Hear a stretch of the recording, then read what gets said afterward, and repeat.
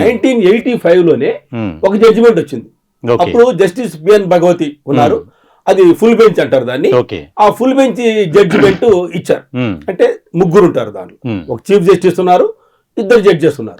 So ఆ ముగ్గురు order లో ఏమి ఇచ్చారంటే 1985 ఆర్డర్, ఆ ఆర్డర్ కూడా మీకు చదివి వినిపిస్తాను. ఆర్డర్ లో ఆర్డర్ లో కూడా ఎంత క్లియర్ గా ఉందంటే, ఆర్డర్ కనుక కరెక్ట్ గా ఈ ఇద్దరు జడ్జెస్ కనుక మొన్న ఇచ్చిన ఆర్డర్ కనుక వాళ్ళు కనుక చూస్తే, ఆ ఆర్డర్ ఇచ్చే ముందు వాళ్ళు అలాగ ఆర్డర్ ఎవరు. ఎందుకు అంటే దానిలో చాలా నాకు డౌట్ సార్, చెప్పండి. ఇప్పుడు 1985 దాని ప్రకారం అయితే ఇప్పుడు కొన్ని దానికి వెసులుబాటు ఫ్లెక్సిబిలిటీస్ ఉన్నాయి. మరి దీన్ని పరిగణలోకి తీసుకోవడానికి ఇప్పుడు ఎవరైతే ద్విసభ్య కమిటీ ఉందో వారు ఎందుకు దీన్ని పరిగణలోకి తీసుకోలేదంటారు? ఇప్పుడు దీన్ని తీసుకుపోవడానికి ఒకటి ఉందండి. ఎవరైతే కౌన్సిల్స్ ఉన్నారో అడ్వకేట్స్, వాళ్ళ అడ్వకేట్స్ ఉంటారు కదా, వాళ్ళు జడ్జిమెంట్స్ కోట్ చేయాలి.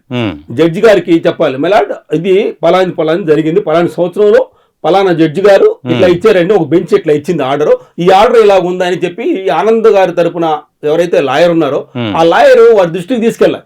ఇప్పుడు ఇది 1985 లో ఆర్డర్. సో ఆర్డర్ వారికి తెలుసా లేదనేది మనం క్వశ్చన్ చేయలేము. వాళ్ళకి మనం చెప్పాలి, ఈ ఆర్డర్ ప్రకారం ఈ కులం అనేది మారదండి,